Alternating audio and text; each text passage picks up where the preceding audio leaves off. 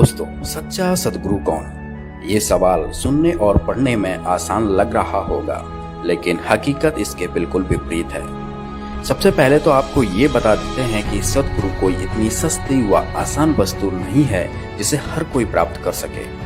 सद्गुरु की शरण पाने के लिए देवता भी तरसते हैं, लेकिन वर्तमान समय में गुरुओं की भरमार है। देश दुनिया में भक्ति और भगवान के नाम से हजारों लाखों सद्गुरु बने बैठे हैं। अब ऐसे में सवाल यह उठता है कि सच्चा सद्गुरु कौन?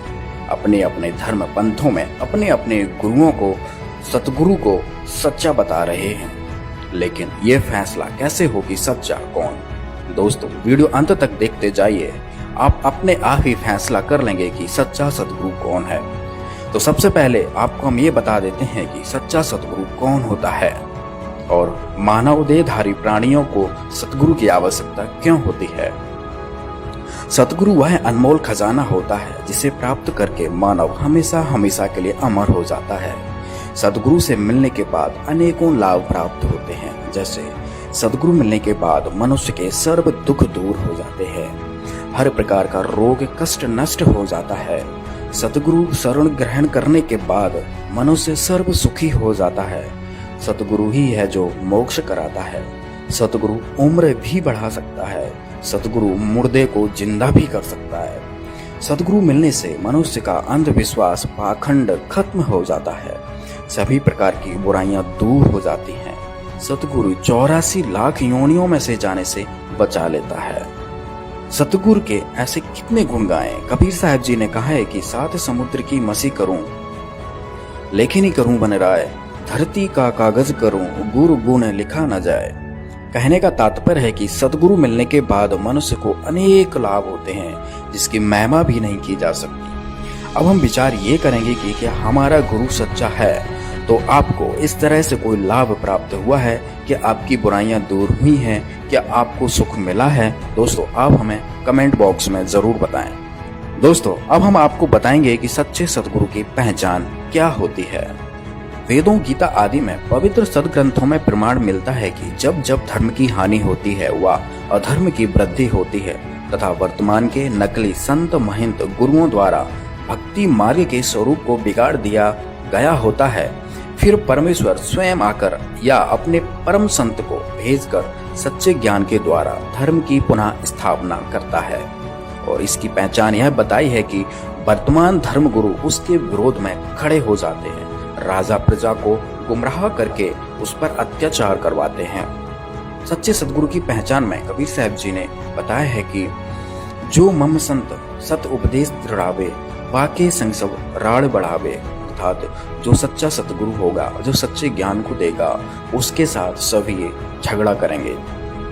दूसरी पहचान है कि सच्चे सद्गुरु को सभी धर्म ग्रंथों का ज्ञान होता है। गरीबदास जी अपनी वाणियों में कहते हैं कि सतगुरु के लक्षण कहूँ, मधुरे बैन विनोद, 4 वेद 6 शास्त्र कहें 18 बोध। अर्थात जो सतगुरु होगा उसको सभी शास्त्रों का, सभी धर्म ग्रंथों का, जितने भी दुनिया में सदग्रंथ हैं, सबका ज्ञान होता है। तीसरी पहचान बताई है कि सच्चा सतगुरु एक दिन में 3 समय की साधना बताता है। इसका प्रमाण यजुर्वेद अध्याय 19 मंत्र 26 में प्रमाण मिलता है। चौथी पहचान बताई है कि जो सच्चा सद्गुरु होगा वो 3 प्रकार के मंत्रों को 3 बार में उपदेश करेगा। इसका विवरण गीता जी में भी है, कबीर सागर में भी है और वेदों में भी है। पांचवी पहचान बताई है जो कि सबसे महत्वपूर्ण है और बहुत ही आसान है, जिससे आप नकली और असली की पहचान कर सकते हैं। कबीर साहब जी बता रहे हैं, संतो सतगुरु मोय भावे, जो नैनन अलख लखावे, ढोलत डिगे न बोलत विसरे, सत उपदेश दृढ़ावे, आंखें न मूंदे कान न रूंदे, ना अनहद उलझावे, प्राण पूंज क्रियाओं से न्यारा, सहज समाधि बतावे। अर्थात जो सच्चा सद्गुरु होगा वो किसी भी प्रकार का कीर्तन, नाच गाना, मेडिटेशन, आंख बंद करवाना, कान बंद करवाना, श्वासों के द्वारा क्रियाएं करवाना, ये कुछ नहीं बताएगा। छठवीं पहचान बताई है कि सच्चा सद्गुरु वह होता है जो आपको 2 अक्षरों की जानकारी देता है। जय पंडित तू पढ़िया, बिना 2 अक्षर 2 नामा, प्रणवत नानक एक लंघाए, जय कर सच समावा। तो इधर गुरु नानक जी बता रहे हैं कि जो सच्चा सद्गुरु होगा वो आपको 2 अक्षर की जानकारी देगा। कबीर साहब जी ने भी कहा है कहे कबीर अक्षर दो भाख, होगा खसम तो लेगा राख। ये भी सच्चे सदगुरु की पहचान बताई है। सातवीं पहचान बताई है कि जो गीता अध्याय 15 के पहले श्लोक में लिखा हुआ है, जो इस संसार रूपी उल्टे हुए वृक्ष की संपूर्ण जानकारी दे देगा, वह सच्चा सतगुरु है। सतगुरु की और भी कई पहचान बताई गई हैं, लेकिन अभी हम इन्हीं बिंदुओं के आधार पर सच्चे सतगुरु की तलाश करेंगे। सच्चे गुरु की तलाश में दुनिया भर के गुरुओं की लिस्ट बनाई और उनके समर्थकों के साथ संपर्क साधा। हमारे शास्त्रों में जो सच्चे सतगुरु की पहचान बताई है, वो एक एक से सभी धर्म गुरुओं पर फिट बैठाने की कोशिश की, तो एक महापुरुष को छोड़कर सतगुरु की पहचान किसी पर भी फिट नहीं होती है। कोई मेडिटेशन करवाता है तो कोई नाच गाना करवा के भजन कीर्तन करवाता है, और इन गुरुओं में से कोई भी 3 बार की साधना नहीं बताता है और 3 बार में कोई मंत्र नहीं देता है। इन सभी धर्म गुरुओं का कोई भी जनता द्वारा ज्ञान का विरोध नहीं किया गया, और इनमें ऐसा कोई भी गुरु नहीं था जिसको 4 वेद, 6 शास्त्र, 18 पुराण, कुरान, बाइबल आदि सभी धर्म ग्रंथों का ज्ञान हो या ज्ञान खोला हो। और इनमें से ऐसा कोई भी नहीं था जिसको 2 अक्षर का भेद हो, जिसको 2 अक्षर की जानकारी हो। दूसरी तरफ सच्चे सतगुरु की पहचान में संत रामपाल जी महाराज पर एक एक पॉइंट सही फिट बैठा। तो आइए देखते हैं। जो सबसे पहला पॉइंट कि जो सच्चा सतगुरु होगा उसके साथ लोग झगड़ा करेंगे, उनके ज्ञान का विरोध करेंगे। तो संत रामपाल जी महाराज जी के साथ ही ऐसा हुआ है कि आज तक संत रामपाल जी महाराज के ज्ञान का विरोध हमेशा नकली संतों, महंतों के द्वारा होता आया है। दूसरी पहचान थी कि जो सच्चा संत होगा, जो सच्चा सतगुरु होगा, उसको सभी धर्म ग्रंथों का ज्ञान होगा। तो यह पॉइंट भी संत रामपाल जी महाराज पर फिट बैठता है, क्योंकि संत रामपाल जी महाराज ने ही चारों वेदों को खोलकर दिखाया। वेद, गीता को, कुरान को, बाइबल को, सभी सदग्रंथों को खोलकर दिखाया है। तीसरी पहचान कि संत रामपाल जी महाराज जी अपने साधकों को एक दिन में 3 बार की साधना बताते हैं। और चौथी पहचान भी संत रामपाल जी महाराज पर फिट बैठी कि संत रामपाल जी महाराज जी 3 मंत्रों को 3 बार में देते हैं।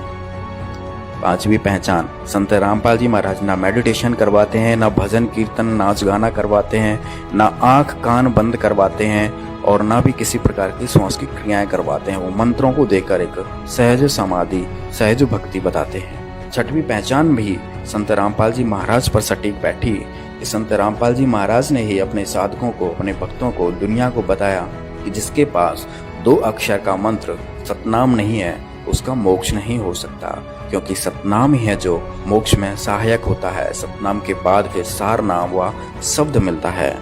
और 7वीं पहचान जिसमें बताया गया है कि जो उल्टे लटके हुए वृक्ष की पूरी जानकारी दे देगा, वो सच्चा सतगुरु होगा। तो इतने धर्म गुरुओं में आज तक कोई भी 15वें अध्याय के पहले श्लोक को नहीं खोल पाया है, और न किसी ने इस श्लोक की व्याख्या की है। संत रामपाल जी महाराज ने ही 15वें अध्याय के प्रथम श्लोक 1 से लेकर 4 तक सबको खोल के बताया कि उल्टा लटका हुआ वृक्ष कौन है, जड़ कौन है, तना कौन है, पात कौन है। कबीर साहब जी ने भी कहा, अक्षर पुरुष एक पेड़ है, निरंजन वाकी डार, और तीनों देवा शाखा है, ये पात रूप संसार। तो संत रामपाल जी महाराज ने ये भी ज्ञान खोल दिया। इससे सिद्ध हुआ कि संत रामपाल जी महाराज ही सच्चे सतगुरु हैं। तो दोस्तों, तो इस पूरी पृथ्वी पर 7 अरब आबादी में केवल संत रामपाल जी महाराज ही हैं जो सच्चे सतगुरु हैं। तो कहते कोटों में दे कोई नहीं रे झूमक रहा, अरबों में कोई गर्क सुनो रे झूमक रहा। अरबों में, उसमें अरबों में गर्क गरीबदास जी थे, आदरणीय गरीबदास साहिब जी, उसकी कोई सुना नहीं था। अरबों यानी पूरे विश्व में एक है।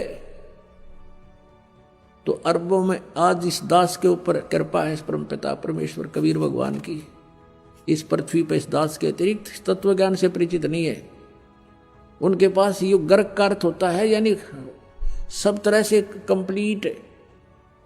जो कह रहा अच्छा गर्क है भाई, यानी कोई चीज को ठोक ठोक कर रखा हो ना बोरी में, जो कति गर्क ठोक रखा भाई, खांड में रखी हो और भी हो। तो यानी वो चीज कहते हैं जिसके पास कंप्लीट इन ऑल रिस्पेक्ट, जैसे उसको आदेश भी हो, अर्यो ज्ञान हो, नाम देने का आदेश हो, अधिकार हो, तो ये सब सारे जो है ना फॉर्मेलिटी उसके ऊपर पूरी हो उसके पास, वो तो अरबों में एक पावेगा, अरबों में कोई ग्रक सुनो रहे झुमक रहा न। इस ज्ञान को सुनकर दास से ये चोर हो गए होंगे, एक दो चोर नाम देने लग भी जाएंगे तो उनसे कोई लाभ नहीं होना, क्योंकि वो अधिकारी नहीं है। अब जैसे पुण्यात्माओं, जब राजा परीक्षित को 7वें दिन सर्प ने डसना था और व्यास जी ने श्रीमद् सुधा सागर यानी श्रीमद् भागवत सुधा सागर का लेखन कार्य किया था, राइटर था उसका वो, उसने भी ये कह दिया था कि मैं अधिकारी नहीं हूं ये कथा सुनाने का।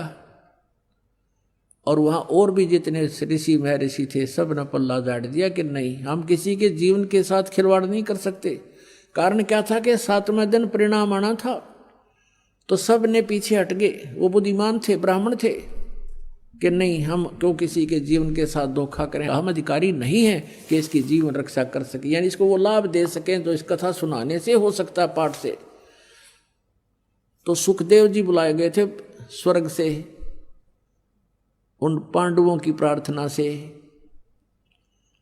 पांडवों ने अपने पुण्य दिए, क्योंकि वहां तो सिक्के पुण्य के चले हैं स्वर्गलोक में, स्वर्गलोक में से उसके आने और जाने का विमान का खर्चा उन पुण्यों का वहां से प्राप्त हुआ था उसको पांडवों से।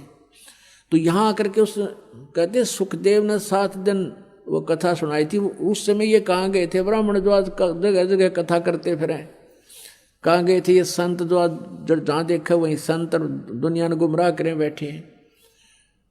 तो वो बुद्धिमान थे, समझदार थे, इसलिए उन्होंने ये रिस्क मोल नहीं लिया। और जितना लाभ उस कथा से होना था वो भी सुखदेव जी के मुखारविंद से उच्चारित होने से हुआ, क्योंकि जिसके पास कोई शब्द शक्ति होती है उसी के द्वारा दिए गए वचन से कुछ लाभ हो सकता है। अब जैसे एक कोई कार्य हो रहा था सड़क का, सड़क बना रहे थे, तो वहां एक आम व्यक्ति जाकर कहता है कि तुम ऐसा कर दो, वो नहीं कर रहे थे। और अधिकारी के पास उन्होंने प्रार्थना की, अधिकारी नाते कहा कि तुम ऐसा कर दो, तो उस अधिकारी के कहते उन वर्करों ने वैसे ही कर दिया, क्योंकि अधिकारी के वचन में शक्ति थी और उनके वचन में शक्ति नहीं। तो ऐसे ही परमात्मा से जो कनेक्टेड है, सरकार का जो व्यक्ति हो गया यानी जो उसका नौकर है, उससे ही आगे काम हो सकते हैं। आम व्यक्ति के कहने तो वो कार्य नहीं हो सकते, इतना समझ लेना। तो इस प्रकार हम अब जो कथा करते पढ़ते हैं, तो गरीबदास साहब ने कहा था ये पैसे ऊपर नाच सुना रहा जो मकरा, इन्हें कथा से कोई लेना देना नहीं, पैसे चाहिए इनको।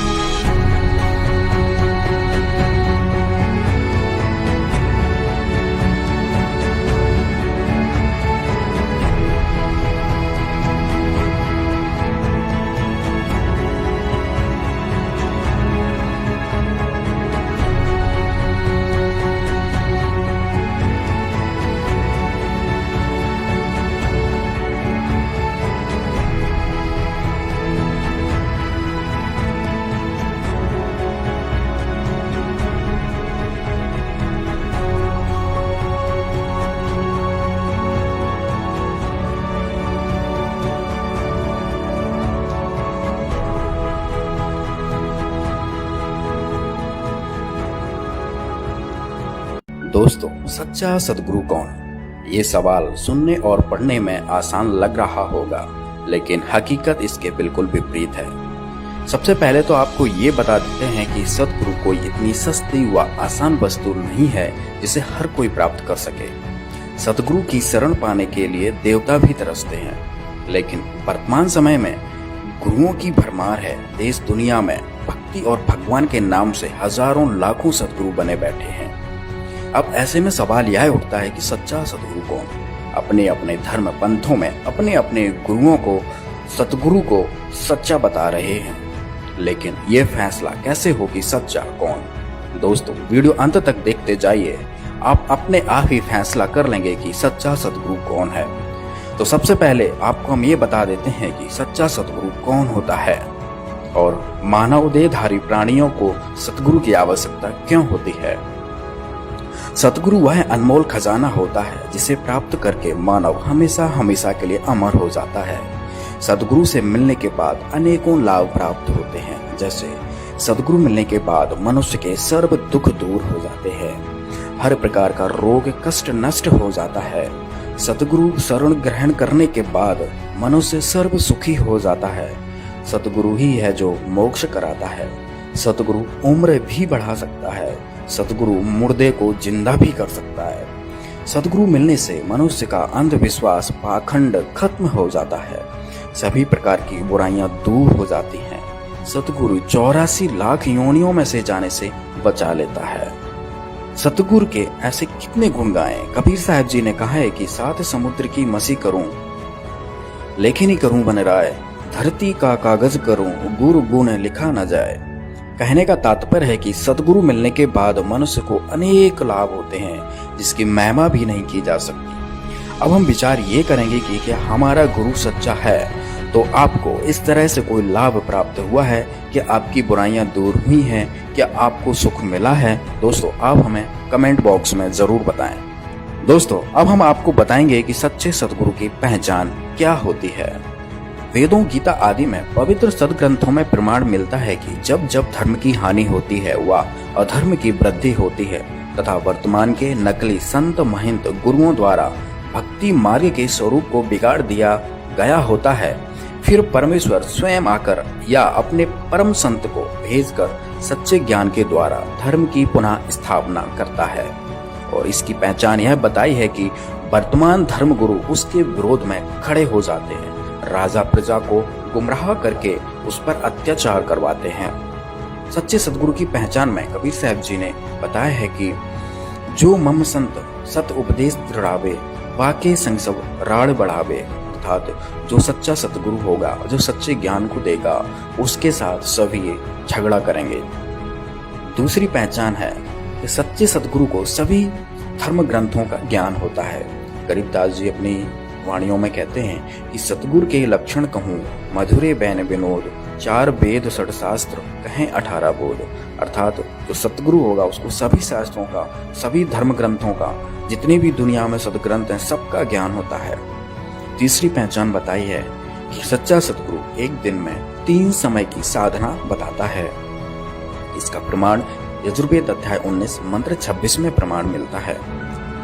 चौथी पहचान बताई है कि जो सच्चा सतगुरु होगा वो 3 प्रकार के मंत्रों को 3 बार में उपदेश करेगा। इसका विवरण गीता जी में भी है, कबीर सागर में भी है और वेदों में भी है। पांचवी पहचान बताई है जो कि सबसे महत्वपूर्ण है और बहुत ही आसान है, जिससे आप नकली और असली की पहचान कर सकते हैं। कबीर साहब जी बता रहे हैं, संतो सतगुरु मोय भावे, जो नैनन अलख लखावे, ढोलत डिगे न बोलत विसरे, सत उपदेश दृढ़ावे, आंखें न मूंदे कान न रूंदे, ना अनहद उलझावे, प्राण पूंज क्रियाओं से न्यारा, सहज समाधि बतावे। अर्थात जो सच्चा सतगुरु होगा वो किसी भी प्रकार का कीर्तन, नाच गाना, मेडिटेशन, आंख बंद करवाना, कान बंद करवाना, श्वासों के द्वारा क्रियाएं करवाना, ये कुछ नहीं बताएगा। छठवीं पहचान बताई है कि सच्चा सतगुरु वह होता है जो आपको 2 अक्षरों की जानकारी देता है। जय पंडित तू पढ़िया, बिना 2 अक्षर 2 नामा, प्रणवत नानक एक लंघाए, जे कर सच समावा। तो इधर गुरु नानक जी बता रहे हैं कि जो सच्चा सतगुरु होगा वो आपको 2 अक्षर की जानकारी देगा। कबीर साहब जी ने भी कहा है, कहें कबीर अक्षर 2 भाख, होगा खसम तो लेगा राख। ये भी सच्चे सतगुरु की पहचान बताई है। 7वीं पहचान बताई है कि जो गीता अध्याय 15 के पहले श्लोक में लिखा हुआ है, जो इस संसार रूपी उल्टे हुए वृक्ष की संपूर्ण जानकारी दे देगा, वह सच्चा सतगुरु है। सतगुरु की और भी कई पहचान बताई गई हैं, लेकिन अभी हम इन्हीं बिंदुओं के आधार पर सच्चे सतगुरु की तलाश करेंगे। सच्चे गुरु की तलाश में दुनिया भर के गुरुओं की लिस्ट बनाई और उनके समर्थकों के साथ संपर्क साधा। हमारे शास्त्रों में जो सच्चे सतगुरु की पहचान बताई है वो एक से सभी धर्म गुरुओं पर फिट बैठाने की कोशिश की, तो एक महापुरुष को छोड़कर सतगुरु की पहचान किसी पर भी फिट नहीं होती है। कोई मेडिटेशन करवाता है तो कोई नाच गाना करवा के भजन कीर्तन करवाता है, और इन गुरुओं में से कोई भी 3 बार की साधना नहीं बताता है। और 3 बार में कोई मंत्र नहीं देता है। इन सभी धर्म गुरुओं का कोई भी जनता द्वारा ज्ञान का विरोध नहीं किया गया और इनमें ऐसा कोई भी गुरु नहीं था जिसको 4 वेद, 6 शास्त्र, 18 पुराण, कुरान, बाइबल आदि सभी धर्म ग्रंथों का ज्ञान हो या ज्ञान खोला हो। और इनमें से ऐसा कोई भी नहीं था जिसको 2 अक्षर का भेद हो, जिसको 2 अक्षर की जानकारी हो। दूसरी तरफ सच्चे सदगुरु की पहचान में संत रामपाल जी महाराज पर एक एक पॉइंट सही फिट बैठा। तो आइए देखते हैं। तो सबसे पहला पॉइंट कि जो सच्चा सदगुरु होगा उसके साथ लोग झगड़ा करेंगे, उनके ज्ञान का विरोध करेंगे। तो संत रामपाल जी महाराज जी के साथ ही ऐसा हुआ है कि आज तक संत रामपाल जी महाराज के ज्ञान का विरोध हमेशा नकली संतों, महंतों के द्वारा होता आया है।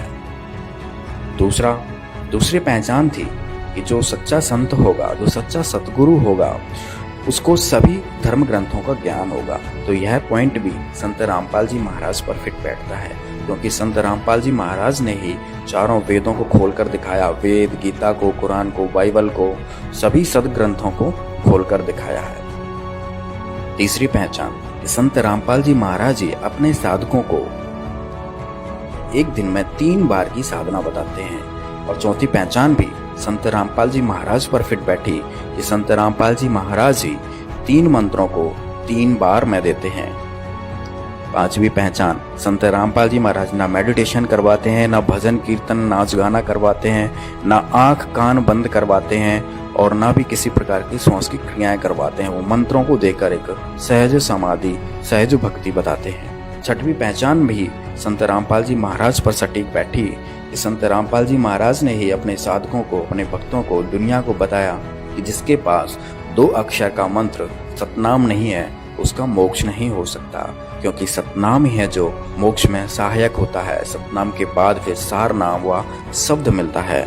और 7वीं पहचान जिसमें बताया गया है कि जो उल्टे लटके हुए वृक्ष की पूरी जानकारी दे देगा वो सच्चा सतगुरु होगा। तो इतने धर्म गुरुओं में आज तक कोई भी 15वें अध्याय के पहले श्लोक को नहीं खोल पाया है और न किसी ने इस श्लोक की व्याख्या की है।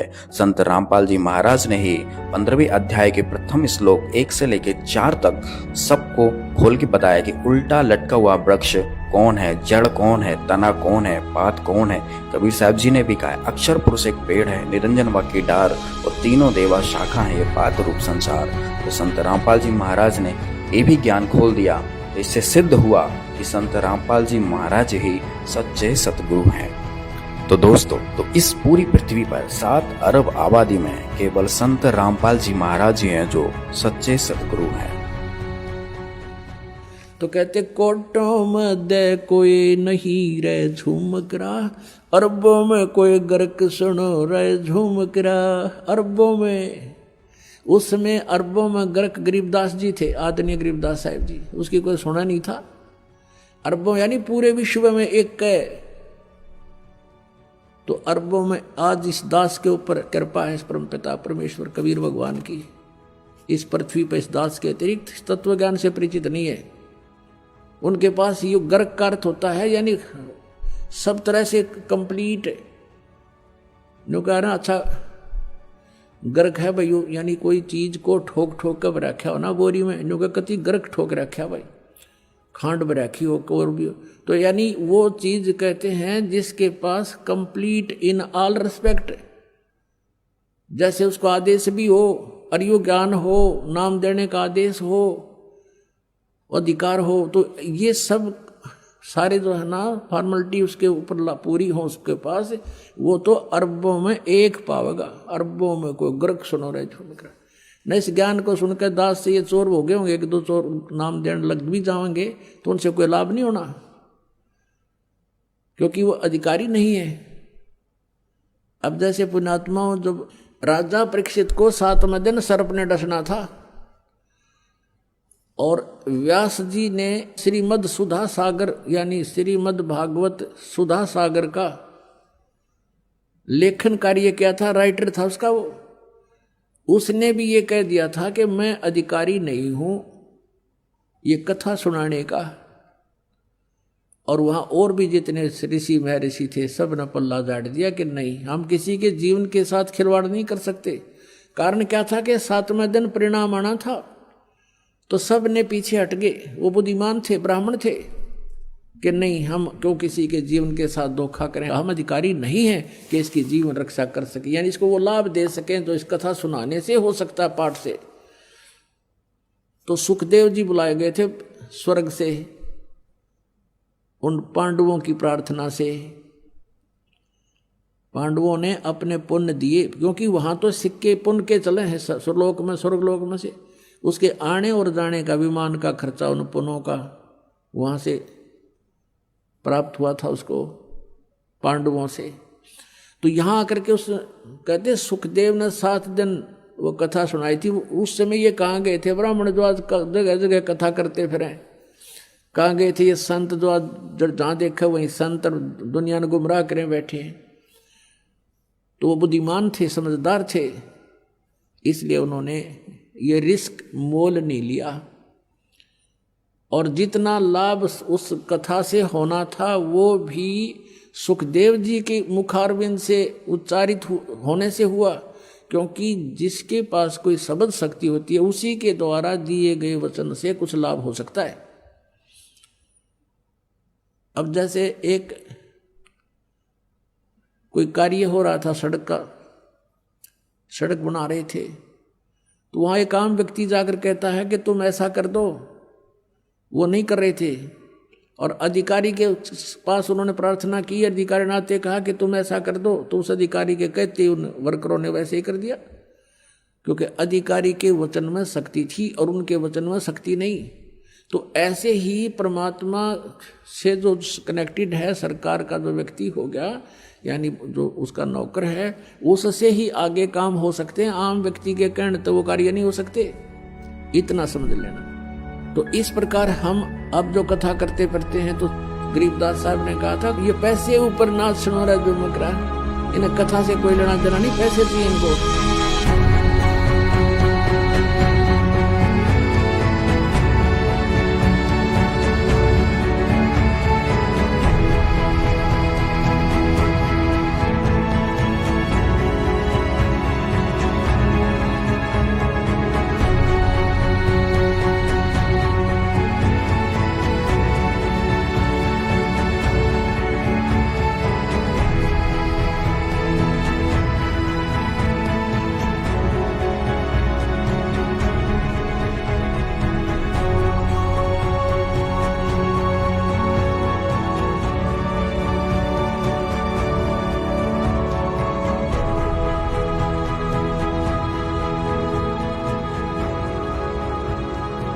दोस्तों, सच्चा सदगुरु कौन? ये सवाल सुनने और पढ़ने में आसान लग रहा होगा, लेकिन हकीकत इसके बिल्कुल विपरीत है। सबसे पहले तो आपको ये बता देते हैं कि सदगुरु कोई इतनी सस्ती व आसान वस्तु नहीं है जिसे हर कोई प्राप्त कर सके। सदगुरु की शरण पाने के लिए देवता भी तरसते हैं, लेकिन वर्तमान समय में गुरुओं की भरमार है। देश दुनिया में भक्ति और भगवान के नाम से हजारों लाखों सदगुरु बने बैठे हैं। अब ऐसे में सवाल यह उठता है कि सच्चा सदगुरु कौन? अपने अपने धर्म पंथों में अपने अपने गुरुओं को, सतगुरु को सच्चा बता रहे हैं, लेकिन ये फैसला कैसे हो कि सच्चा कौन? दोस्तों, वीडियो अंत तक देखते जाइए, आप अपने आप ही फैसला कर लेंगे कि सच्चा सदगुरु कौन है। तो सबसे पहले आपको हम ये बता देते हैं कि सच्चा सदगुरु कौन होता है और मानव देहधारी प्राणियों को सतगुरु की आवश्यकता क्यों होती है। सतगुरु वह अनमोल खजाना होता है जिसे प्राप्त करके मानव हमेशा हमेशा के लिए अमर हो जाता है। सतगुरु से मिलने के बाद अनेकों लाभ प्राप्त होते हैं, जैसे सतगुरु मिलने के बाद मनुष्य के सर्व दुख दूर हो जाते हैं, हर प्रकार का रोग कष्ट नष्ट हो जाता है। सतगुरु शरण ग्रहण करने के बाद मनुष्य सर्व सुखी हो जाता है। सतगुरु ही है जो मोक्ष कराता है। सतगुरु उम्र भी बढ़ा सकता है। सतगुरु मुर्दे को जिंदा भी कर सकता है। सतगुरु मिलने से मनुष्य का अंधविश्वास पाखंड खत्म हो जाता है। सभी प्रकार की बुराइयां दूर हो जाती हैं। सतगुरु 84 लाख योनियों में से जाने से बचा लेता है। सतगुरु के ऐसे कितने गुण गाएं। कबीर साहब जी ने कहा है कि 7 समुद्र की मसी करूं, लेखनी करूं बन राय, धरती का कागज करूं, गुरु गुण लिखा न जाए। कहने का तात्पर्य है कि सद्गुरु मिलने के बाद मनुष्य को अनेक लाभ होते हैं जिसकी महिमा भी नहीं की जा सकती। अब हम विचार ये करेंगे कि क्या हमारा गुरु सच्चा है तो आपको इस तरह से कोई लाभ प्राप्त हुआ है, क्या आपकी बुराइयां दूर हुई हैं, क्या आपको सुख मिला है? दोस्तों आप हमें कमेंट बॉक्स में जरूर बताएं। दोस्तों अब हम आपको बताएंगे कि सच्चे सद्गुरु की पहचान क्या होती है। वेदों, गीता आदि में पवित्र सदग्रंथों में प्रमाण मिलता है कि जब जब धर्म की हानि होती है व अधर्म की वृद्धि होती है तथा वर्तमान के नकली संत महंत गुरुओं द्वारा भक्ति मार्ग के स्वरूप को बिगाड़ दिया गया होता है, फिर परमेश्वर स्वयं आकर या अपने परम संत को भेजकर सच्चे ज्ञान के द्वारा धर्म की पुनः स्थापना करता है।